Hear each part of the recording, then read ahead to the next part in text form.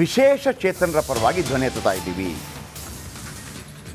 ದೇವರು ಕೊಟ್ಟರು ಪೂಜಾರಿ ಕೊಡಲಿಲ್ಲ ಅನ್ನೋದು ಒಂದು ಹಳೆಯ ಗಾದೆ ಮಾತು. ಈಗ ವಿಶೇಷ ಚೇತನರ 86 ಸ್ಕೂಟರ್ಗಳು ತುಕ್ಕು ಹಿಡಿತಾ ಇದೆ. 86 ಸ್ಕೂಟರ್ಗಳು ವಿಶೇಷ ಚೇತನಿಗೆ ಕೊಡುವಂಥ ಸ್ಕೂಟ್ರು. 86 ಸ್ಕೂಟರ್ಗಳಂತಂದು ಇಟ್ಟಿದ್ದಾರೆ. ನೀವು ಅದನ್ನು ನೋಡಿದರೆ ಹೊಟ್ಟೆ ಉರಿಯುತ್ತೆ. ನೋಡಿ, ಒಂದು ಅವಕಾಶಗಳು ಸಿಕ್ಕಾಗ ಆದಷ್ಟು ಬೇಗ ಕೊಟ್ಟು ಬಿಡಬೇಕು.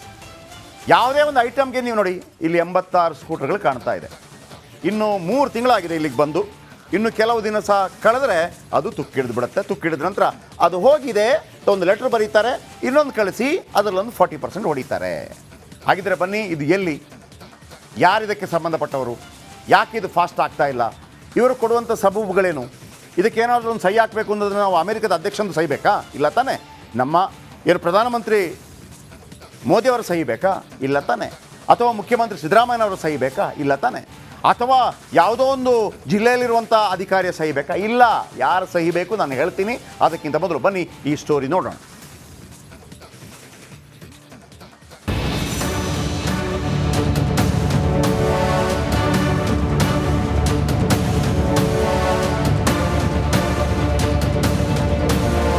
ವಿಕಲಚೇತನರ ಒಂದು ಸ್ಕೀಮ್ ಇದೆ. ಆ ಸ್ಕೀಮಲ್ಲಿ 86 ಗಾಡಿಗಳು ಬಂದಿದೆ. ಆ 86 ಗಾಡಿಗಳನ್ನ ವಿತರಣೆ ಮಾಡದೆ ಅಲ್ಲೇ ಶೆಡ್ಡಲ್ಲಿ ಹಾಕಿ ಅದು ತುಕ್ಕು ಹಿಡಿಯೋ ಥರ ಮಾಡಿದ್ದಾರೆ.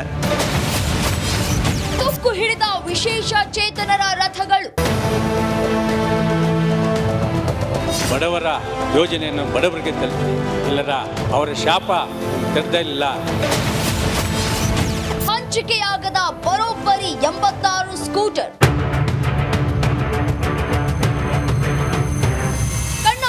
ಕಡಿಯಲ್ಲೆಲ್ಲ ಹೊಸ ಸ್ಕೂಟರ್ಗಳು, ಸಾಲಾಗಿ ನಿಂತಿರುವ 4 ಚಕ್ರದ ಸ್ಕೂಟರ್ಗಳು. ಈ ದೃಶ್ಯ ನೋಡಿದ್ರೆ ಯಾವುದೋ ಶೋರೂಮ್ ಮುಂದೆ ಮಾರೋದಕ್ಕೆ ನಿಲ್ಲಿಸಿದ್ದಾರೆ ಅಂತ ಅಂದ್ಕೊಳ್ತೀವಿ. ಆದ್ರೆ ಇದು ಶೋರೂಮ್ ಅಲ್ಲ, ಫಲಾನುಭವಿ ವಿಶೇಷ ಚೇತನರಿಗೆ ವಿತರಿಸಬೇಕಾದ ಸ್ಕೂಟರ್ಗಳು. ಈ ದೃಶ್ಯ ಕಂಡು ಬಂದಿದ್ದು ಕೋಲಾರದ ಅಂತರಗಂಗಾ ಬುದ್ಧಿಮಾಂದ್ಯ ಶಾಲೆಯ ಕಾಂಪೌಂಡ್ನಲ್ಲಿ. ರಾಜ್ಯ ಸರ್ಕಾರ ಅಂಗವಿಕಲರ ಕಲ್ಯಾಣ ಇಲಾಖೆ ಮೂಲಕ ಜಿಲ್ಲೆಯಲ್ಲಿನ ಅಂಗವಿಕಲರಿಗೆ ನೆರವಾಗುವ ದೃಷ್ಟಿಯಿಂದ 86 ಅಂಗವಿಕಲರನ್ನ ಗುರುತಿಸಿ 4 ಚಕ್ರದ ಸ್ಕೂಟರ್ಗಳನ್ನ ನೀಡ್ತಾ ಇದೆ. 3 ತಿಂಗಳ ಹಿಂದೆಯೇ ರಾಜ್ಯ ಅಂಗವಿಕಲರ ಕಲ್ಯಾಣ ಇಲಾಖೆಯಿಂದ ಕೋಲಾರ ಜಿಲ್ಲೆಯ 86 ಫಲಾನುಭವಿಗಳಿಗೆ 86 ಸ್ಕೂಟರ್ಗಳನ್ನು ಕಳುಹಿಸಿದ್ದಾರೆ. ಜಿಲ್ಲಾ ಪಂಚಾಯಿತಿ ಸಿಇಒ ಅವರ ನೇತೃತ್ವದಲ್ಲಿ ಫಲಾನುಭವಿಗಳ ಆಯ್ಕೆ ಕೂಡ ಮುಗಿದಿದೆ. ಆದರೆ ಅಂಗವಿಕಲ ಕಲ್ಯಾಣ ಇಲಾಖೆ ಅಧಿಕಾರಿಗಳು ಮಾತ್ರ ಸ್ಕೂಟರ್ಗಳನ್ನ ವಿತರಣೆ ಮಾಡದೆ 3 ತಿಂಗಳಿಂದ ಮೀನಾಮೇಷ ಎಣಿಸ್ತಾ ಇದ್ದಾರೆ. ಸೀಟ್ಗಳ ಮೇಲೆ ಮಣಗಟ್ಟಲೆ ಧೂಳು, ಮಳೆಯಿಂದ ತುಕ್ಕು ಹಿಡಿಯೋ ಹಂತಕ್ಕೆ ತಲುಪಿದೆ. ಆದರೂ ಅಧಿಕಾರಿಗಳು ಕಣ್ಮುಚ್ಚಿ ಕುಳಿತಿದ್ದಾರೆ. ಇದು ವಿಕಲಚೇತನರ ಬಗ್ಗೆ ಜಿಲ್ಲೆಯ ಅಧಿಕಾರಿಗಳಿಗಿರುವ ಆಸಕ್ತಿ ಎಷ್ಟು ಅನ್ನೋದನ್ನ ತೋರಿಸ್ತಾ ಇದೆ. ಸೆಲೆಕ್ಷನ್ ಮಾಡಿಬಿಟ್ಟು ಇವರು ಇಂಥವ್ರು ಸೆಲೆಕ್ಷನ್ ಆಗಿದೆ ಅಂತ ಬಿಟ್ಬಿಟ್ಟು ಮತ್ತೆ ಇದು ಬೇರೆ ರೀತಿಯಲ್ಲಿ ನಡೀತಾ ಇದೆ. ಅದ್ರದ್ದು ಕೆಲವೊಂದು ಇವು ರೆಕಾರ್ಡಿಂಗ್ಲೆಲ್ಲ ಕೊಟ್ಟಿದ್ದೀನಿ ಅಧಿಕಾರಿಗಳಿಗೆ, ಆದ್ರೂ ಅದ್ರ ಬಗ್ಗೆ ಕ್ರಮನೇ ತೆಗೆದುಕೊಂಡಿಲ್ಲ. ಈ ಥರ ಇದೆ. ಬಟ್ ಇವ್ರಿಗೆ ಏನಂದರೆ ಸುಮಾರು ದಿವಸ ಏನೋ ಬಂದಾಗ ಯಾವುದೋ ಒಂದು ಇದ್ರಲ್ಲಿ ಕೊಡೋಣ ಬಿಡು ಅನ್ನೋ ಲೆಕ್ಕಾಚಾರದ್ದು ಕೊಡ್ತಾಯಿದ್ದಾರೆ. ಬಟ್ ಇದು ದ್ವಿಚಕ್ರ ವಾಹನಗಳು ಬಿಸಿಲಲ್ಲಿ ಗಾಳಿನಲ್ಲಿ ಮಳೆನಲ್ಲಿ ಇದಾಗಿ ಎಲ್ಲ ಕಿಲುಮ್ ತಿನ್ನೋ ಮಟ್ಟಕ್ಕೆ ಬಂದಿದೆ. ಇದು ಈ ಗಾಡಿಗಳನ್ನ ವಿತರಣೆ ಮಾಡಬಾರ್ದು ಅಂತ ನಾನು ಆರೋಪ ಮಾಡ್ತಾಯಿದ್ದೀನಿ. ಲೋಕಸಭಾ ಚುನಾವಣೆ ನೀತಿ ಸಂಹಿತೆ ಇದ್ದ ಕಾರಣ ಸ್ಥಳೀಯ ಶಾಸಕರು ಸಚಿವರು ಡೇಟ್ ಫಿಕ್ಸ್ ಮಾಡಿಲ್ವಂತೆ. ಇನ್ನು ಸ್ಕೂಟರ್ಗಳ ಇನ್ಶೂರೆನ್ಸ್ ಕೂಡ ಆಗಿಲ್ಲ. ಆರ್ಟಿಒ ಅಧಿಕಾರಿಗಳ ಅನುಮತಿಯೂ ಬೇಕಂತೆ. ಇಷ್ಟೆಲ್ಲ ಪ್ರೊಸೀಜರ್ ಮುಗಿಯೋದ್ರೊಳಗೆ ಹೊಸ ಸ್ಕೂಟರ್ಗಳನ್ನ ತೂಕದ ಲೆಕ್ಕದಲ್ಲಿ ಗುಜರಿಗೆ ಹಾಕಬೇಕಾದ ಪರಿಸ್ಥಿತಿ ಬರಬಹುದು. 86 ಗಾಡಿಗಳನ್ನ ವಿತರಣೆ ಮಾಡದೆ ಅಲ್ಲೇ ಶೆಡ್ಡಲ್ಲಿ ಹಾಕಿ ಅದು ತುಕ್ಕು ಹಿಡಿಯೋ ಥರ ಮಾಡಿದ್ದಾರೆ. ಇದಕ್ಕೆ ಕಾರಣ ಏನಪ್ಪ ಅಂತ ಕೇಳಿದ್ರೆ ಅವ್ರು ಹೇಳ್ತಾರೆ ನೀತಿ ಸಂಹಿತೆ ಬಂತು, ಚುನಾವಣೆ ಬಂತು ಅಂತ. ಚುನಾವಣೆ ಬಂತು ಮತ್ತು ಈ ಕುಂಟ್ರಕ ಕೊಡ್ತಕ್ಕಂಥ ಗಾಡಿಗಳಿಗೆ ಮಾತ್ರ ಚುನಾವಣೆ ನೀತಿ ಸಂಹಿತೆ ಹೇಳ್ತಾರಲ್ಲ, ಆ ವಾಲ್ಮೀಕಿ ನಿಗಮದಲ್ಲಿ ಕೋಟಿ ಹಣ ಲೂಟಿ ಮಾಡಿದ್ದಾರೆ. ಅದಕ್ಕೇನು ಚುನಾವಣಾ ನೀತಿ ಸಂಹಿತೆ ಇಲ್ವಾ? ಸರ್ಕಾರಕ್ಕೇನು ಕಣ್ಣಿಲ್ವಾ? ಸರ್ಕಾರ ಅವರು ದೊಡ್ಡವರು ತಿನ್ನೋದಕ್ಕೆ ಮಾತ್ರ ನೀತಿ ಸಂಹಿತೆ ಇದೆ. ಅಂಗವಿಕಲರ ಶಾಪ ಭಾರಿ ದೊಡ್ಡದು. ಯಾಕಂದ್ರೆ ಇವ್ರು ಹೇಳ್ತಾಯಿದ್ರು ಕೊತ್ತೂರು ಮಂಜುರವರು, ಯಾವುದೋ ಬಡವರು ಹಣ ತಿಂದರೆ ಅವ್ರ ಕೈಯಾರು ಕುಷ್ಠರೋಗ ಬರಲಿ ಅಂತ ಹೇಳಿದೆ. ನೀವು ಯೋಜನೆಯನ್ನು ಬಡವ್ರಿಗೆ ಕೊಡ್ತಾ ಇಲ್ಲ, ನಿಮ್ಗೆ ಯಾವ ಕಾಯಿಲೆ ಬರಬೇಕು ಅದನ್ನು ಯೋಚನೆ ಮಾಡಿಕೊಂಡು ಸಮರ್ಪಕವಾಗಿ ಈ ಒಂದು ಅಂಗವಿಕಲರ ಒಂದು ಗಾಡಿಗಳನ್ನು ಈ ಕೂಡಲೇ ವಿತರಣೆ ಮಾಡಬೇಕು. ದೇವರು ವರ ಕೊಟ್ರು ಪೂಜಾರಿ ಕೊಡಲ್ಲ ಎನ್ನುವಂತೆ ಸರ್ಕಾರ ವಿಶೇಷ ಚೇತನರಿಗೆ ನೆರವಾಗಲು ಸ್ಕೂಟರ್ಗಳನ್ನ ವಿತರಣೆ ಮಾಡಿದೆ. ಆದ್ರೆ ಅಧಿಕಾರಿಗಳ ನೌಟಂಕಿ ನಾಟಕದಿಂದ ಸ್ಕೂಟರ್ಗಳು ಮಾತ್ರ ವಿತರಣೆ ಆಗ್ತಾ ಇಲ್ಲ. ನೀವು ಮಾಡ್ತಿದ್ರೆ ಸೂಪರ್ 3 ಮಾತ್ರ ಬಿಡಲ್ಲ. ಸುರೇಶ್, ರಿಪಬ್ಲಿಕ್ ಕನ್ನಡ, ಕೋಲಾರ.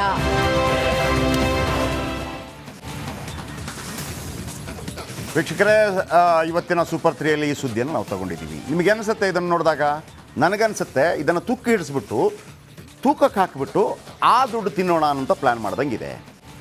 ಅವರೊಬ್ಬರು ಹೇಳಿದ ಕರೆಕ್ಟ್, ಕೊತ್ತೂರು ಮಂಜುನಾಥ್ ಇಲ್ಲಿಯ MLA ಅವರೇನು ಹೇಳಿದರು, ಆ ST ನಿಗಮದ ದುಡ್ಡು ಅವ್ರಿಗೆ ಕುಷ್ಠರೋಗ ಬರಲಿ ಮತ್ತೊಂದು ಬರಲಿ, ಓಕೆ, ನೀವು ಒಬ್ಬ ಶಾಸಕರಾಗಿ ಅದೊಂದು ಕೋಪ ಇರುತ್ತೆ, ಅದು ಬರಬೇಕು ಕೂಡ ಖಂಡಿತವಾಗ್ಲೂ. ಒಂದು ST ಸಮುದಾಯ ಅಂತಲ್ಲ, ಯಾವುದೇ ಸಮುದಾಯದಾದರೂ ಕೂಡ ST ಸಮುದಾಯದ ಯಾಕೆ ಮಹತ್ವ ಅಂತಂದರೆ ತೀರಾ ಕಡುಬಡವರು ಇರ್ತಾರೆ ಅದರಲ್ಲಿ.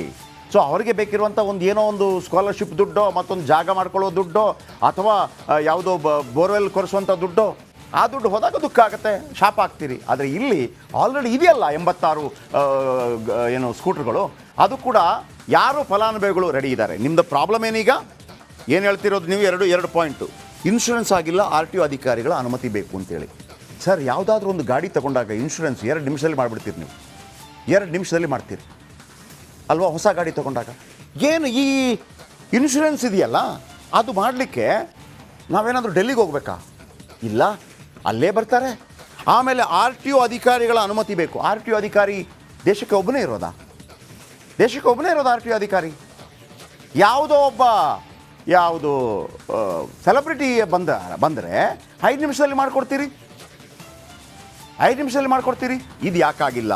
ಇದಕ್ಕೆ ಸಂಬಂಧಪಟ್ಟ ಹಾಗೆ ನಾನು ಒಂದು ಫೋಟೋ ತಗೊಳ್ತೀನಿ. ಇದಕ್ಕೆ ಸಂಬಂಧಪಟ್ಟವ್ರು ಮಾತಾಡಬೇಕು ಭಾಳ ಮುಖ್ಯವಾಗಿ. ನಾನು ಆಲ್ರೆಡಿ ವಿಕಲಚೇತನ ಅಧ್ಯಕ್ಷದ ಪ್ರಕಾಶ್ ಅವರನ್ನು ಮಾತಾಡಿಸ್ತೀನಿ ಏನು ಅಂತೇಳಿ. ರಮ್ಯಾ ಅವರು ಅಂಗವಿಕಲ ಕಲ್ಯಾಣಾಧಿಕಾರಿ, ಅಂಗವಿಕಲ ಅಂತ ಕರೆಯೋಂಗಿಲ್ಲ, ಬಟ್ ನನಗೆ ಬೇರೆ ಪದ ಸದ್ಯಕ್ಕೆ ಸಿಗ್ತಾ ಇಲ್ಲ. ಅಲ್ಲಿ ಕಾನೂನಿನ ಪ್ರಕಾರ, ಸರ್ಕಾರದ ಇದರಲ್ಲಿ ಪ್ರಕಾರ ಇರೋದು ಹಾಗೆ ವಿಶೇಷ ಚೇತನರ ಕಲ್ಯಾಣಾಧಿಕಾರಿ. ಮೇಡಮ್, ಯಾಕಾಗ್ತಿಲ್ಲ ಇದು? ಪ್ರಶ್ನೆಗೆ ಉತ್ತರ ಕೊಡಿ ಅಷ್ಟೇ. ಇಲ್ಲ ಅಂತಂದರೆ ಜನಸಾಮಾನ್ಯರು ಕೇಳುವಂಥ ಪ್ರಶ್ನೆಯನ್ನು ನಾನು ನಿಮ್ಮ ಹತ್ರ ಡೈರೆಕ್ಟಾಗಿ ಕೇಳಬೇಕಾಗತ್ತೆ. ಪದ್ಮಾ ಬಸಂತಪ್ಪ, ಜಿಲ್ಲಾ ಪಂಚಾಯತ್ CO. ಮೇಡಮ್, ಯಾಕೆ ಈ 86 ಸ್ಕೂಟರ್ಗಳನ್ನು 3 ತಿಂಗಳುಗಳ ಕಾಲ ನಿಲ್ಲಿಸಿದ್ದೀರಿ? ಏನು ನಿಮ್ಮ ಉದ್ದೇಶ? ಇದು ಯಾರಿಗೆ ಸೇರಬೇಕಾಗಿರುವಂಥದ್ದು? ಆ್ಯಂಡ್ ಅಕ್ರಮ್ ಪಾಷಾ, ಜಿಲ್ಲಾಧಿಕಾರಿ ಅಕ್ರಮ್ ಪಾಷಾ ಅವರು, ಇದು ನಿಮ್ಮ ಗಮನಕ್ಕೆ ನೀವು ಇದರಲ್ಲಿ ಇಂಟರ್ಫಿಯರ್ ಆಗಬೇಕು ಅಂತ ನಾನು ಹೇಳ್ತಾ ಇರೋವಂಥದ್ದಲ್ಲ. ಆದರೂ ಒಂದಿರುತ್ತಲ್ವ, ಯಾಕ್ರಿ ಅದನ್ನು ಮಾಡಿಲ್ಲ ಅಂತ ಕೇಳೋದಕ್ಕೆ. ಯಾಕೆಂದರೆ ಓರ್ವ ಜಿಲ್ಲಾಧಿಕಾರಿ ನಮ್ಮ ಪ್ರಕಾರ ಒಂದು ಜಿಲ್ಲೆಯ ಮುಖ್ಯಮಂತ್ರಿಯಷ್ಟು ಪವರ್ ಇದೆ. 1 ರೂಪಾಯಿ ಹೋಗಬೇಕಾದ್ರೂ ಕೂಡ ಅವರ ಮುಖಾಂತರ ಹೋಗಿರಬೇಕು. ಇದು ಯಾರ ದುಡ್ಡು? ಇದನ್ನು ಯಾಕೆ ಹಾಳು ಮಾಡ್ತಾ ಇದ್ದೀರಿ? ಯಾಕೆ ಅಲ್ಲಿ ನಿಲ್ಲಿಸಿದ್ದೀರಿ? ಈಗ ಮಳೆ ಬರೋದಕ್ಕೆ ಶುರುವಾಗಿದೆ, ಆಮೇಲೆ ಅಲ್ಲಿ ಧೂಳು ಮತ್ತೊಂದು ಮಗದೊಂದು, ಅದನ್ನು ಹಾಳು ಮಾಡಬೇಕು ಅಂತಿದ್ರೆ ಅದಕ್ಕಿಂತ ಮೊದಲು ಕೊಟ್ಟುಬಿಡಿ. ನಿಮ್ಮ ಈ ಉಡಾಫೆ ಉತ್ತರಗಳು ಬೇಕಾಗಿಲ್ಲ. ಆ್ಯಂಡ್ ಅನಿಲ್ ಕುಮಾರ್ ಅಲ್ಲಿ MLC ಆ ಭಾಗದಿಂದ, ಗೋವಿಂದರಾಜು ಆ ಭಾಗದ MLC, ಕೊತ್ತೂರು ಮಂಜುನಾಥ್ ಶಾಸಕರಿದ್ದೀರಿ. ಮೊನ್ನೆ ಅದ್ಭುತವಾದ ಮಾತನ್ನು ಹೇಳಿದ್ರಿ, ಶಬಾಷ್ ಅಂತ ಅನಿಸ್ತು. ಕೇವಲ ಡಯಲಾಗ್ಗೆ ಮಾತ್ರ ಸೀಮಿತ ಆಗೋದು ಬೇಡ, ದಯವಿಟ್ಟು ಇದನ್ನು ನಿಮ್ಮ ಕೈಯಾದರೂ ಬೇಕಿದ್ರೆ ಮಾಡಿಸಿ. ಮಲ್ಲೇಶ್ ಬಾಬು ಇದ್ದಾರೆ, ಹೊಸದಾಗಿ ಆಯ್ಕೆ ಆಗಿರುವಂಥ ಸಂಸದರು. ಇದೆಲ್ಲ ನಿಮ್ಮ ಗಮನಕ್ಕೆ ತರ್ತಾ ಇರೋದು. ಆಮೇಲೆ ಬೈರತಿ ಸುರೇಶ್, ಜಿಲ್ಲಾ ಉಸ್ತುವಾರಿ ಸಚಿವರು. 86 ಸ್ಕೂಟರ್ಗಳು ಕಳೆದ 3 ತಿಂಗಳಿಂದ ಇಲ್ಲೇ ಬಿದ್ದಿದೆ. ವಿಶೇಷ ಚೇತನರಿಗೆ ಸಿಗಬೇಕಾಗಿರುವಂಥದ್ದು. ಕೋಲಾರ ಅಂತರಗಂಗಾ ಬುದ್ಧಿಮಾಂದ್ಯ ಶಾಲೆ ಕಾಂಪೌಂಡ್ನಲ್ಲಿ ಇಟ್ಟಿದ್ದೀರಿ. ಯಾಕೆ? ಬನ್ನಿ, ಇದರ ಬಗ್ಗೆ ಒಂದು ವಾಕ್ಥ್ರೂ ಮಾಡಿದ್ದಾರೆ ನಮ್ಮ ರಿಪೋರ್ಟರ್, ಅದನ್ನು ನೋಡ್ಕೊಂಬರೋಣ. ಯಾವ ರೀತಿ ಅದರ ಪರಿಸ್ಥಿತಿ ಇದೆ ತೋರಿಸ್ತೀನಿ. ಅದಾದ ನಂತರ ಈ ಅಧಿಕಾರಿಗಳನ್ನು ಸಂಪರ್ಕ ಮಾಡುವಂಥ ಪ್ರಯತ್ನವನ್ನು ಮಾಡ್ತೀನಿ. ಸರ್ಕಾರದ ವತಿಯಿಂದ ಏನು ವಿಕಲಚೇತನರಿಗೆ ಕೊಡಬೇಕಾಗಿರುವಂತಹ ದ್ವಿಚಕ್ರ ವಾಹನಗಳು ಸರಿಸುಮಾರು 3 ತಿಂಗಳನ್ನು ಸಹ ಇಲ್ಲೇ ಇರುವಂಥದ್ದು. ನಾನಿವತ್ತು ಕೋಲಾರದ ಹೊರವಲಯದಲ್ಲಿರುವಂತಹ ಏನು ಅಂತರಗಂಗೆ ಬುದ್ಧಿಮಾಂದ್ಯ ಶಾಲೆಯಲ್ಲಿದ್ದೇನೆ. ಇಲ್ಲಿ ಏನು ವಿಕಲಚೇತನರ ಬಂದಿರುವಂತಹ ವಾಹನಗಳು ಇಲ್ಲಿ ನಿಂತಿರುವಂಥದ್ದು. ಸುಮಾರು 3 ತಿಂಗಳ ಹಿಂದೆ ಬಂದಿರುವಂತಹ ಈ ವಾಹನಗಳು ಇಲ್ಲಿ ಹೇಳುವಂಥದ್ದೇನೆಂದರೆ, ಏನು ಲೋಕಸಭಾ ಚುನಾವಣಾ ಬಂದ ಹಿನ್ನೆಲೆಯಲ್ಲಿ ನೀತಿ ಸಮಿತಿ ಹಿನ್ನೆಲೆ ಏನು ಅರ್ಹ ಫಲಾನುಭವಿಗಳಿಗೆ ನೀಡಲು ಆಗಿಲ್ಲ ಅನ್ನೋ ನಿಟ್ಟಿನಲ್ಲಿ ನಿಲ್ಲಿಸಿರುವಂಥದ್ದು. ನೀವು ದೃಶ್ಯ ನೋಡ್ತಾಯಿದ್ರೆ ಎಲ್ಲ ವಾಹನಗಳ ಮೇಲೆ ಧೂಳು ಹಿಡಿದಿರುವಂಥದ್ದು. ಅದೇ ರೀತಿ ಬಿಸಿಲು ಸಹ ತಟ್ತಾ ಇರುವಂಥದ್ದು. 3 ತಿಂಗಳಿಂದ ಸಹ ಬಿಸಿಲು ಮಳೆಗೆ ಈ ವಾಹನಗಳು ಇಲ್ಲೇ ನಿಂತಿರುವಂಥದ್ದು. ಇನ್ನು ಪ್ರಮುಖವಾಗಿ ಕೋಲಾರ ಜಿಲ್ಲೆಯಲ್ಲಿ 86ಕ್ಕೂ ಹೆಚ್ಚು ಏನು ಫಲಾನುಭವಿಗಳು ಅರ್ಜಿ ಸಲ್ಲಿಸಿರುವಂಥದ್ದು ಸರ್ಕಾರದ ವತಿಯಿಂದ 86 ವಾಹನಗಳು ಬಂದಿರುವಂಥದ್ದು. ನೀವು ದೃಶ್ಯ ನೋಡಿದರೆ ಎಲ್ಲ ವಾಹನಗಳು ಸಹ ಇಲ್ಲಿರುವಂಥದ್ದು ನೋಡ್ಬೋದು. ಬಿಸಿಲು ಮತ್ತು ಮಳೆಗೆ ಮತ್ತು ಧೂಳಿಗೆ ಇಲ್ಲಿ ಗಾಡಿಗಳು ನಿಂತಿರುವಂಥದ್ದು. ಇಲ್ಲಿ ಪ್ರಮುಖವಾಗಿ ಹೇಳ್ಬೇಕಂತ ಹೇಳಿದ್ರೆ ಏನು ಸರ್ಕಾರದ ವತಿಯಿಂದ ಬಂದಿರುವಂತಹ ವಾಹನಗಳನ್ನು ಸರಿಯಾದ ಸಮಯಕ್ಕೆ ಕೊಡಲು ಆಗ್ತಾ ಇಲ್ಲ. ಈ ನಿಟ್ಟಿನಲ್ಲಿ ಕೆಲವು ಅರ್ಹ ಫಲಾನುಭವಿಗಳು ಸಹ ಆರೋಪ ಮಾಡ್ತಾ ಇರುವಂಥದ್ದು ಏನಂದರೆ ನಮಗೆ ಬರಬೇಕಾಗಿರುವಂತಹ ವಾಹನಗಳು ಇನ್ನೂ ಸರಿಗೆ ನಮಗೆ ಸಿಗ್ತಾ ಇಲ್ಲ ಅನ್ನೋದು ಪ್ರಮುಖವಾದಂತಹ ಆರೋಪ. ಆದರೆ ಯಾಕೆ ಕೊಡ್ತಾ ಇಲ್ಲ, ಯಾಕೆ ವಿಳಂಬ ಆಗ್ತಾಯಿದೆ ಅನ್ನೋದು ಇನ್ನೂ ನಮಗೆ ಗೊತ್ತಾಗ್ತಿಲ್ಲ. ಯಾಕಂತ ಹೇಳಿದ್ರೆ ಇಲ್ಲಿ ಸುಮಾರು 3 ತಿಂಗಳಿಂದಲೂ ಸಹ ಇದೇ ರೀತಿಯ ವಾಹನಗಳಿರುವಂಥದ್ದು. ಏನು ಒಂದು ರೀತಿಯಲ್ಲಿ ಲೋಕಸಭಾ ಚುನಾವಣಾ ಬಂಧನೆಯಲ್ಲಿ ನೀತಿ ಸಮಿತಿ ಜಾರಿಗೆ ಇತ್ತು. ಈಗ ನೀತಿ ಸಮಿತಿ ಎಲ್ಲ ಮುಗಿದಿದೆ, ಚುನಾವಣೆ ಸಹ ಮುಗಿದಿರುವಂಥದ್ದು ಮತ್ತು ಫಲಿತಾಂಶವು ಸಹ ಬಂದಿರುವಂಥದ್ದು. ಆದರೆ ವಾಹನಗಳು ಮಾತ್ರ ಇಲ್ಲೇ ಇರುವಂಥದ್ದು. ಈ ನಿಟ್ಟಿನಲ್ಲಿ ಏನು ಸಂಬಂಧಪಟ್ಟ ಅಧಿಕಾರಿಗಳು ಯಾವ ರೀತಿ ಕ್ರಮ ತೆಗೆದುಕೊಳ್ಳೋದ್ರ ನಂತರ ನೋಡಬೇಕಾಗಿರುವಂಥದ್ದು. ಇನ್ನು ಪ್ರಮುಖವಾಗಿ ನೋಡ್ಬೋದು ಎಲ್ಲ ವಾಹನಗಳು ಸಹ ಇಲ್ಲೇ ಒಂದು ಬಯಲು ಪ್ರದೇಶದಲ್ಲಿ ಇರುವಂಥದ್ದು. ಅಂದರೆ ಇಲ್ಲಿ ಸುಮಾರು 86 ವಾಹನಗಳು ಸಹ ಇಲ್ಲೇ ಇರುವಂಥದ್ದು. ಓಕೆ, ಏನು ಗಾಡಿ ಪ್ರಕಾಶ್ ಅವರಿದ್ದಾರೆ, ವಿಕಲಚೇತನ ಸಂಘದ ಅಧ್ಯಕ್ಷರು. ಅವರನ್ನು ಮಾತಾಡಿಸುವಂಥ ಪ್ರಯತ್ನ ಮಾಡ್ತೀನಿ. ಪ್ರಕಾಶ್ ಸರ್ ನಮಸ್ತೆ.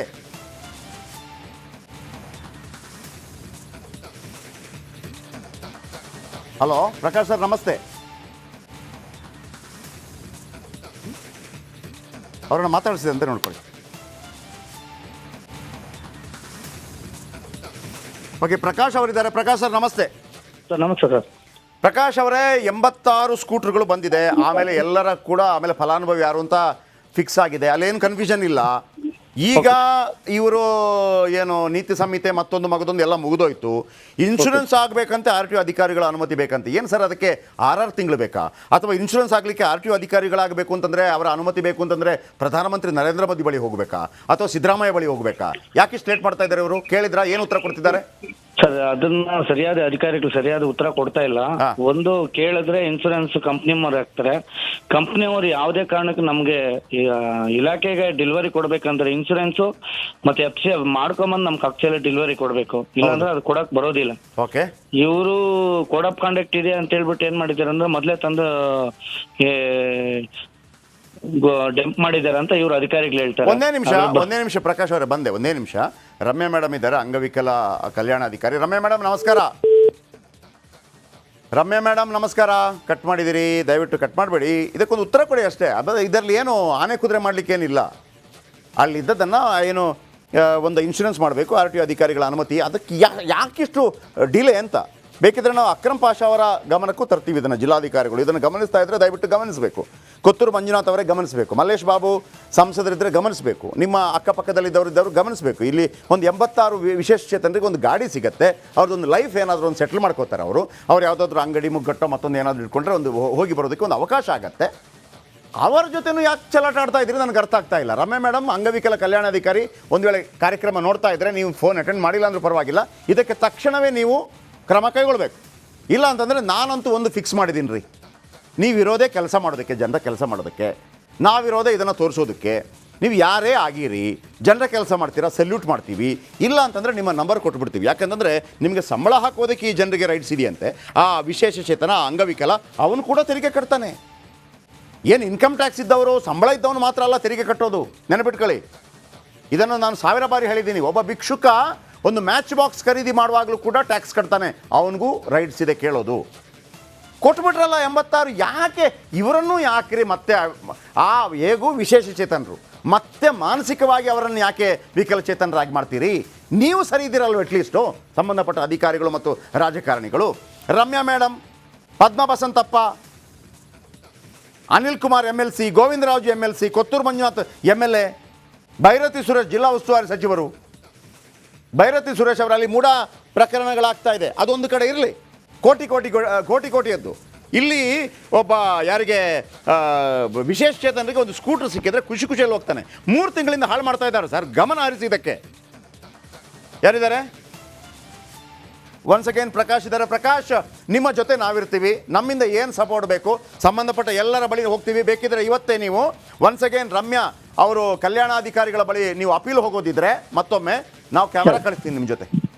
ಓಕೆ ಸರ್, ಹಂಗೆ ಮಾಡಿ. ಏನ್ ಮಾಡ್ಬೇಕು? ಅಧಿಕಾರಿಗಳು ಯಾವುದೇ ನಮ್ಮಲ್ಲಿ ಸ್ಪಂದಿಸೋದಿಲ್ಲ ಸರ್. ಎಷ್ಟು ಜನ ಅಧಿಕಾರಿಗಳ ಇಲಾಖೆಯಲ್ಲಿ ಇದೀವಿ ನಾವು, ಡಿಸೇಬಲ್ ಸಂಬಂಧಪಟ್ಟಂಗೆ ಅಧಿಕಾರಿ ಆಗಿದ್ದೀವಿ. ಅವ್ರಿಗೆ ಯಾವ ರೀತಿ ಸ್ಪಂದಿಸ್ಬೇಕನ್ನೋ ಒಂದು ಸೌಜನ್ಯ ಅವರಲ್ಲಿ ಇಲ್ಲ ಸರ್. ಯಾಕೆ ಗೊತ್ತಾ, ಈಗ ನೋಡಿ ನೀವೇ ಫೋನ್ ಮಾಡಿದ್ದಾಗ್ಲೇ ಫೋನ್ ಕಟ್ ಮಾಡ್ತಾರ ನಾವಿದ್ದಾಗ ಲೈನಾಗ ಅಂದಾಗ ಅವ್ರು ಯಾವ ರೀತಿ ಸ್ಪಂದಿಸ್ತಾರಂತ ಇಲ್ಲೇ ಗೊತ್ತಾಗುತ್ತೆ, ಮೇಲ್ನೋಟಕ್ಕೆ ಗೊತ್ತಾಗುತ್ತೆ ನನಗೆ ಗೊತ್ತಿರಂಗೆ. ನೀವಿರುವಲ್ಲಿಂದ ಈಗ ಅಂಗವಿಕಲ ಕಲ್ಯಾಣಾಧಿಕಾರಿ ಅವರ ಆಫೀಸ್ ಎಷ್ಟು ದೂರ ಇದೆ? ಈಗ ಒಂದು ಒಂದು 1 ಕಿಲೋಮೀಟರ್ ಇದೆ ಸರ್. 1 ಕಿಲೋಮೀಟರ್ ಅಲ್ವಾ? ಹೌದು ಸರ್. ಈ ನೇರವಾಗಿ ಹೋಗಿ, ಈಗ ನಮ್ಮ ಕ್ಯಾಮರಾಮ್ಯಾನ್ ಕೂಡ ಜೊತೆಗೆ ಬರ್ತಾರೆ, ನೇರವಾಗಿ ಹೋಗಿ ಕೇಳಿ, ಕ್ಯಾಮರಾದ ಮುಂದೆನೇ ಪ್ರಶ್ನೆ ಕೇಳಿ. Okay sir. ನಾವಿರ್ತೀವಿ ನಿಮ್ಮ ಜೊತೆ. Okay sir. ನಮಗೆ ಯಾರನ್ನ ಟಾರ್ಗೆಟ್ ಮಾಡೋ ಉದ್ದೇಶ ಅಲ್ಲ ನಮಗೆ. ಹೌದು ಸರ್. ನಮಗೆ ಆ ಸಮಸ್ಯೆ ಮಾತ್ರ ಟಾರ್ಗೆಟ್. ನಮಗೆ 86 ಜನರಿಗೆ ಕೊಡಿ. ಅಲ್ಲಿ ಏನು ಕನ್ಫ್ಯೂಷನ್ ಇದೆ, 86 ಜನರಿಗೆ ಏನು ಯಾರು ಫಲಾನುಭವಿ ಅಂತ? ಅಲ್ಲ, ಫಲಾನುಭವಿಗೆ ಏನು ಆಕ್ಚುಲಿ ಜನವರಿ ಅಥವಾ ಫೆಬ್ರವರಿನಲ್ಲಿ ಅದು ಆಕ್ಚುಲಿ ಸೆಲೆಕ್ಟ್ ಮಾಡಿದ್ದಾರೆ. ಸೆಲೆಕ್ಟ್ ಆಗಿದೆಯಲ್ವಾ? ಸೆಲೆಕ್ಟ್ ಆಗಿದೆ. ಸೆಲೆಕ್ಟ್ ಆಗಿರೋದು ಈಗ ಕೋಡ್ ಆಫ್ ಕಂಡಕ್ಟ್ ಇದೆ. ಅದು ಕೋಡ್ ಆಫ್ ಕಂಡಕ್ಟ್ ಇದೆ 3 ಮಂತ್ಸ್ ಇದೆಯಲ್ಲ, 3 ಮಂತ್ ಇನ್ಶೂರೆನ್ಸ್ ಮಾಡ್ಸೋಕೆ 3 ಮಂತ್ಸ್ ಇಂದ ಅಲ್ಲ, ಬೇಕಾಗಿಲ್ಲ. ಈಗ ಯಾವುದು ಕೋಡ್ ಆಫ್ ಕಂಡಕ್ಟ್? ಈಗ ಯಾವ್ದು ಇಲ್ವಲ್ಲ. ಮುಗೀತು, ಅರೆ ಸರ್ಕಾರ ಬಂತು. ಆಗ ಡೆಂಪ್ ಮಾಡಿರೋದಾದ್ರೂ ಈಗ 3 ಮಂತ್ಸ್ ಇತ್ತಲ್ಲ ಸರ್ ಕೋಡ್ ಆಫ್ ಕಂಡಕ್ಟ್, ಅದ್ರಲ್ಲಿ ಇನ್ಶೂರೆನ್ಸ್ ಮಾಡಿಸ್ಬೋದಾಗಿತ್ತು. ಕೋಡ್ ಆಫ್ ಕಂಡಕ್ಟ್ ಟೈಮಲ್ಲಿ ನೀವು ಡೆಲಿವರಿ ಮಾಡಬಾರ್ದು ಅಥವಾ ಗುದ್ದಲಿ ಪೂಜೆ ಮಾಡಬಾರ್ದು, ಅರ್ಧ ಇರೋ ಕೆಲಸವನ್ನ ಮಾಡ್ಬೋದಲ್ವಾ? ಈಗ ಒಂದು ಕಟ್ಟಡಕ್ಕೆ ಶಿಲಾನ್ಯಾಸ ಆಗಿದ್ದರೆ, ಕೆಲಸ ಶುರುವಾಗಿದ್ದರೆ ಅದನ್ನ ನಿಲ್ಲಿಸಬೇಕು ಅಂತೇನಿಲ್ಲ. ಹೌದು ಸರ್. ಕಂಪ್ಲೀಟ್ ಆದ ನಂತರ ಉದ್ಘಾಟನೆ ಮಾಡಬಾರ್ದು ಅಂತ ಅಷ್ಟೇ ಇರೋದು. ಹೌದು ಹೌದು. ಈಗ ಕೋಡ್ ಆಫ್ ಕಂಡಕ್ಟ್ ಅಲ್ಲಿ ಇನ್ಶೂರೆನ್ಸ್ ಮತ್ತು RTO ಅಧಿಕಾರಿಗಳು ಏನ್ ಮಾಡಿದ್ರು, ಮಲ್ಕೊಂಡಿದ್ರಂತ, ಅವ್ರಿಗೆ ಸಂಬಳ ಬರ್ತಾ ಇರ್ಲಿಲ್ವಾ? ಇನ್ಶೂರೆನ್ಸ್ ಮತ್ತೆ ರಿಜಿಸ್ಟ್ರೇಷನ್ ಮಾಡಬಾರ್ದು ಅಂತ ಏನಿಲ್ವಲ್ಲ. ಮಾಡಬಹುದು ಕ್ಯಾಂಡಿಡೇಟ್ ಸರ್, ಫಲಾನುಭವಿ ಹೆಸರಲ್ಲಿ ರಿಜಿಸ್ಟ್ರೇಷನ್ ಮಾಡಬಾರ್ದು ಅಂತ ಏನಿಲ್ವಲ್ಲ. Thank you. ನೀವೀಗ ನೇರವಾಗಿ ಹೋಗಿ, ನಮ್ಮ ರಿಪೋರ್ಟರ್ ಕೂಡ ಬರ್ತಾರೆ ನಿಮ್ಮ ಜೊತೆ, ನೇರವಾಗಿ ಹೋಗಿ ಕೇಳಿ. ಅವರು ಸಿಕ್ಕಿಲ್ಲ ಅಂತಂದ್ರೆ ಅದಕ್ಕಿಂತ ಮೊದಲು ನಾನು ಪ್ರಯತ್ನ ಪಡ್ತೀನಿ ಮತ್ತೊಮ್ಮೆ. ರಮ್ಯಾ ಅವರು ಅಂಗವಿಕಲ ಕಲ್ಯಾಣಾಧಿಕಾರಿ. ಮೇಡಮ್, ನಿಮ್ಮ ಲಾಸ್ಟ್ ನಂಬರ್ 388, ನನ್ನ ಹತ್ರ ನಂಬರ್ ಇದೆ. ನೀವು ಅದನ್ನು ಕೆಲಸ ಮಾಡಬೇಕಿಲ್ಲ ಅಂತಂದರೆ ನಾನು ನೇರವಾಗಿ ಒಂದು ನಿರ್ಧಾರಕ್ಕೆ ಬಂದಿದ್ದೀನಿ. ಜನ ರೋಸಿ ಹೋಗಿದ್ದಾರೆ. ಅದು ಯಾವುದೇ ಪಾರ್ಟಿ ಬರಲಿ, ಕಾಂಗ್ರೆಸ್, BJP, ಮತ್ತೊಂದು, ಜನ ಕೆಲಸ ಅಂತೂ ಆಗೋದಿಲ್ಲ. ಒಂದು ಮೂಡ ಆಗತ್ತೆ, ಮತ್ತೊಂದು ನಿಗಮ. ಅಕ್ರಮ್ ಪಾಷಾ ಅವರಿದ್ದಾರೆ. ಅಕ್ರಮ್ ಪಾಷಾ ಸರ್, ನಮಸ್ತೆ. ನಮಸ್ತೆ. ಸರ್, ಇದು ನಾನು ನಿಮ್ಮ ಗಮನಕ್ಕೆ ತರ್ತಿರೋದಷ್ಟೇ, ಯಾಕಂದರೆ ಹಿಂಗೆ ಆಗಿದೆ ಅಂತೇಳಿ. ಏನಿಲ್ಲ ಸರ್, ಇದು ಒಂದು ನಿಮ್ಮ ಜೋಳಿಗೆಗೆ ಒಂದು ಆಗ್ತಾ ಇದ್ದೀನಿ ಒಂದು ಸುದ್ದಿಯನ್ನು. ಇಲ್ಲಿ ಏನಾಗಿದೆ, 86 ವಿಶೇಷ ಚೇತನರ ಸ್ಕೂಟರ್ ಸರ್. Okay okay. ಇದು ಕೋಲಾರ ಅಂತರಗಂಗಾ ಬುದ್ಧಿಮಾಂದ್ಯ ಶಾಲೆ ಕಾಂಪೌಂಡ್ನಲ್ಲಿದೆ ಸರ್. ಓಕೆ. 3 ತಿಂಗಳಾಯ್ತು ಸರ್ ಬಂದು. ಇದಕ್ಕೆ ಇನ್ಶೂರೆನ್ಸ್ ಆಗಿಲ್ಲ, RTO ಆಗಿಲ್ಲ ಅಂತೇಳಿ ಆಲ್ರೆಡಿ ಫಲಾನುಭವಿಗಳು ಆಗಿದ್ದಾರೆ ಸರ್, 86 ಜನ ಕೂಡ. ಏನು ಪ್ರಾಬ್ಲಮ್ ಇಲ್ಲ. ಈ ನೀತಿ ಸಂಹಿತೆ ಇತ್ತು ಅಂತೇಳಿ ಇಲ್ಲಿ ತನಕ ಕೊಡ್ಲಿಲ್ಲ ಸರ್. ಚುನಾವಣೆ ಆಗ್ಲಿಲ್ಲ. ಈಗ ಚುನಾವಣೆ ಮುಗ್ದಿದೆ. ಈಗ ನಮ್ಮ ಶಾಸಕರು ಜನಸ್ಪಂದನ ಕಾರ್ಯಕ್ರಮ ಇಟ್ಕೊಂಡಿದ್ದಾರೆ. ಅವತ್ತಿನ ದಿವಸ ಅದನ್ನೆಲ್ಲ ಡಿಸ್ಟ್ರಿಬ್ಯೂಟ್. ಯಾವಾಗ ಸರ್ ಅದು ಜನಸ್ಪಂದನ ಕಾರ್ಯಕ್ರಮ? ಈಗ ಅವರು ಡೇಟ್ ಕೊಡ್ತಾ ಇದ್ದಾರೆ, ಈ ವಾರದಲ್ಲಿ, 1 ವಾರದಲ್ಲಿ ಅದನ್ನೆಲ್ಲ ಡಿಸ್ಪೋಸ್ ಮಾಡಿ. ಈಗ 1 ವಾರದಲ್ಲಿ ಒಂದು ವೇಳೆ ಅವರು ಡೇಟ್ ಕೊಟ್ಟಿಲ್ಲ ಅಂತ ಇಟ್ಕೊಳ್ಳಿ, ಏನ್ ಮಾಡ್ತೀರಿ? ನಾವು ಮಾಡಿಸ್ತೀವಿ, ಅದನ್ನು ಮಾಡಿಸ್ತೀವಿ. ಅದು ಮಾತು sir. Thank you sir. Thank you very much Akram Pasha ಅವರೇ. ಜಿಲ್ಲಾಧಿಕಾರಿಗಳ ಗಮನಕ್ಕೆ ತಂದಿದ್ದೀವಿ. ಈಗ ಜನಸ್ಪಂದನ ಕಾರ್ಯಕ್ರಮದಲ್ಲಿ 1 ವಾರ, ಅದಕ್ಕಿಂತ ಮೊದಲಾಗಿದ್ರೆ ನನಗೆ ಭಾಳ ಖುಷಿ ಆಗ್ತಾ ಇತ್ತು. 1 ವಾರದೊಳಗಾಗಿ ಈ ಸ್ಕೂಟರ್ಗಳು ವಿಶೇಷ ಚೇತನರಿಗೆ ಸಿಗ್ತವೆ. ಅಲ್ಲಿ MLA ಬರ್ತಾರೆ, ಅದನ್ನು ಮಾಡಿಕೊಡ್ತಾರೆ. ಒಂದು ವೇಳೆ ನಮ್ಮ ಪ್ರಶ್ನೆ, ಒಂದು ವೇಳೆ ಅವ್ರು ಕೊಟ್ಟಿಲ್ಲಪ್ಪ, ಬ್ಯುಸಿ ಆಗ್ಬಿಟ್ರು, ಇಲ್ಲಿ ನಿಗಮ ಮಂಡಳಿ ಅಂತ ಆಗ್ತಾ ಇದೆಯಲ್ಲ, ಆಗ ಅಕ್ರಮ್ ಪಾಷಾ ಅವರು ಹೇಳಿದ್ದಾರೆ ಜಿಲ್ಲಾಧಿಕಾರಿಗಳು, ನಾನು ಮಾಡಿಕೊಡ್ತೀನಿ. ಎಸ್, 1 ವಾರ ಕಳೆದು 1 ವಾರದೊಳಗಾಗಿ ಮಂತ್ರಿಗಳು ಅಥವಾ ಯಾವ್ದಾರ MLAಗಳು ಮಾಡದೇ ಇದ್ದರೆ ನಾವು ಬಹುಶಃ ಜಿಲ್ಲಾಧಿಕಾರಿಗಳನ್ನು ಕೇಳಬೇಕಾಗತ್ತೆ, ಸರ್ ಏನಾಗತ್ತೆ ಅಂತಂದ್ಬಿಟ್ಟು. ಅವ್ರು ಹೇಳಿದ್ದಾರೆ, ನಾನು ಮಾಡಿಕೊಡ್ತೀನಿ. ಒಬ್ಬ ಜಿಲ್ಲಾಧಿಕಾರಿ ಅಂತ ಹೇಳಿದ್ರೆ ಒಂದು ಜಿಲ್ಲೆಯ ಮುಖ್ಯಮಂತ್ರಿ ಇದ್ದ ಹಾಗೆ. ಒಬ್ಬ ಮುಖ್ಯಮಂತ್ರಿ ಇಲ್ಲ ನಾನು ಮಾಡಿಕೊಡ್ತೀನಪ್ಪ ಅಂತಂದರೆ ನಾವು ಅದಕ್ಕೆ ಗೌರವವನ್ನು ಕೊಡಬೇಕಾಗತ್ತೆ. ಸೊ ಹಾಗಾಗಿ ಇದು ಒಂದು ಅರ್ಧ ಇಂಪ್ಯಾಕ್ಟ್ ಆಗಿದೆ. ಮತ್ತೊಂದು ಸ್ಟೋರಿಗೆ ಹೋಗ್ತೀನಿ, ಇದರ ಬ್ರೇಕಿಂಗ್ ನ್ಯೂಸ್ ತಗೊಂಡು. ಸೂಪರ್ 3 ನೋಡ್ತಾ ಇರಿ. ನಾವು ಹೇಳೋದಿಷ್ಟೇ, ಮಾಡಿ, ಇಲ್ಲ ನಮಗೆ ನೀವು ಬೇಕಾಗಿಲ್ಲ, ನಡಿ. ಬ್ರೇಕ್.